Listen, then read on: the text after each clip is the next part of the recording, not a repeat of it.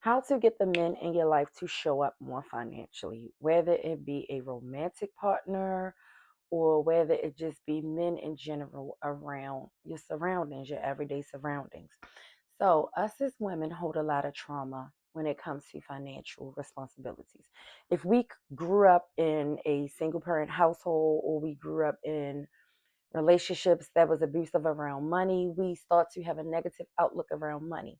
You start to feel like you're not safe in the presence of money, you're not safe with the loss of money, and you're not safe with the gain of money. Because a lot of us, when we do receive money, we feel like we don't deserve it. And a lot of us also feel like if we don't have enough money, that we start to go in panic mode or fight or flight, and then your body gets all tense and your nervous system actually starts to cut off your receiving energy because you're in that stuck energy. You're in, it's like a contraction, and you're cutting yourself off from the universe. So how to reverse that is when you work on your nervous system, you regulate your nervous system. When you start to feel like you're faced with a financial crisis, or when you're starting to feel like you're not earning enough and you're working more, what you have to do is you let go and feel those negative emotions. You feel those tight emotions. You feel it in your chest. You feel it in your stomach. You feel it in your back. You sit with them. You allow them to be there, and you actually love them. And you kind of like integrate them, so to say. Once you integrate the fear around money, and look in the Bible and also find scriptures that talks about money safety. So the root of the cause of having anxiety around money problems is safety. It's not so much about the money itself, it's about safety. And once you start to tell your nervous system, you do your breath work, your deep breathing, you sit with that anxiety that's running through your body. Say scriptures according to nervous system regulation when it has something to do with safety.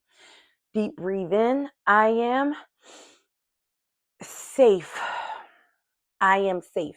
It doesn't mean when it's around money, it's around love, it's around everyday life. I am safe. That's the umbrella of things that you are safe for. So, what happens is your nervous system starts to clear out those negative emotions, and it opens up, it expands, kind of like a contraction when you're in labor. It contracts and then it expands. When you're having labor pains, the expansion is the relief of the labor. It's not the tight feelings, it's not the painful feelings. The painful feelings is the contraction. When you have an expansion because you let go of the anxiety around the money, now you're opening a water flow, like opening a water hose. You're opening life force energy to be able to come in. And if you're with a man who treats you kind of like, he treats you okay, but he's not showing up for you financially, that's because you are not able to receive financially.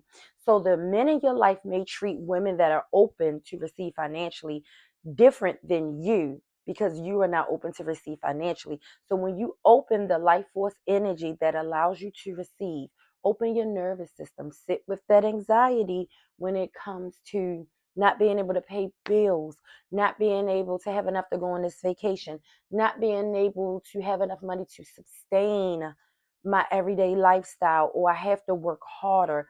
That the hustle culture mentality is just a dysregulated nervous system.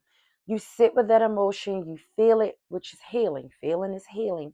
Once you feel it, it dissipates, it transmutes. Now you have a lot more energy for finances to come in. So let me give you an example. So once I started to feel like I was in a contraction period, when it was around my finances last month, I noticed that this is a pattern that keeps coming up. And it's coming up for a reason. Maybe it wants to be healed, maybe it wants to be felt, but it's here for a reason. So I started to sit with it, feel it, regulate it. So once I started to feel safe around money, giving and receiving, money started to flow to me. Like, one place I never call is my insurance company. I have nothing to talk to you about. Every month, you got insurance coming out of my bank account automatically. It's no reason for me to call an insurance company and say, hey, I want to check on my rates, because the last couple times I called, it was no discounts in my neighborhood, and they wasn't offering any way of me to get my bill down. So this particular time, I said, well, let me just call them and see and just ask. It doesn't hurt to ask, do they have any discounts or anything that can help me to lower my insurance? Out the blue, yes, the man just was so willing to help me. And within 10 minutes, he gave me a huge discount on my insurance, something that I maybe didn't qualify before, but now that I have the capacity to receive, I received a huge discount on my bill. The other day, I'm shoveling the snow. A neighbor who's been living across from me for almost 10 years came over with his shovel and shoveled my snow. I see this man on a regular basis, never even spoke to him. He's a cross the street neighbor.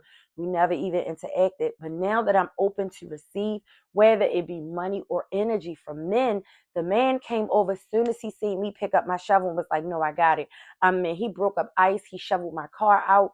He stayed there and waited for me to actually drive my car out the driveway and then still shoveled the snow that was left behind my car, which was like, this cannot be a coincidence, but I'm open to receive. So the other day I'm at work, and a coworker comes to me and say, I want to buy you lunch. And I'm like, yes, I am open to receive. And they were like, what do you want for lunch? So I was like, well, I want this. I wanted to get a pizza. I wanted something big so I could share with my other coworkers. So when I told them that I wanted to get something big so I could share with my other coworkers, I was just, talking and just explaining to them what I plan on getting. They gave me more so that I can also provide lunch for other coworkers. I mean, it just was like, whatever you need, I got it. This is a person that I walk past on a daily basis, and we just spoke to each other. It was no exchange of, hey, how are you today, anything, what's going on with you. It just was high and by. This particular day, this person wanted to buy me lunch. They felt compelled to buy me lunch, and they gave me an overflow of enough that I can buy others lunch. My brother, out the blue, called me and said, I'm going to cash up you some money for you and my children, my children, which is his nephews. I haven't seen them in a while. Let me just cash up you some money so you can take them out to eat. Fine. And this is the brother in the family that's kind of like, I ain't got no money right now. I don't ask me. I ain't got no money. And he was in such a giving mood that day where it just was like, I'm going to send you some money to take the kids out to eat or do whatever, get some ice cream or whatever you feel you want to do with this money. And this is the kicker. I have an ex-husband. Me and him is very cordial. Our child is an adult. He's a young adult. He's 18. So we really don't have a lot to talk about. But last month, my ex-husband overstepped his boundaries. It was something small. He plays too much, and I didn't feel like playing that day. He overstepped his boundaries, and it just was done. I didn't have anything to say to him. I stopped talking to him. I told him to call me in a couple days or a week or so, because right now I'm not talking to you. He said, fine, okay, I have nothing else to say to you. Left it alone. Fast forward 3 weeks later, he noticed that I wasn't talking to him. He texted me and said, send me a Zelle request. I want to send you some money. Not the children. I want to send you some money.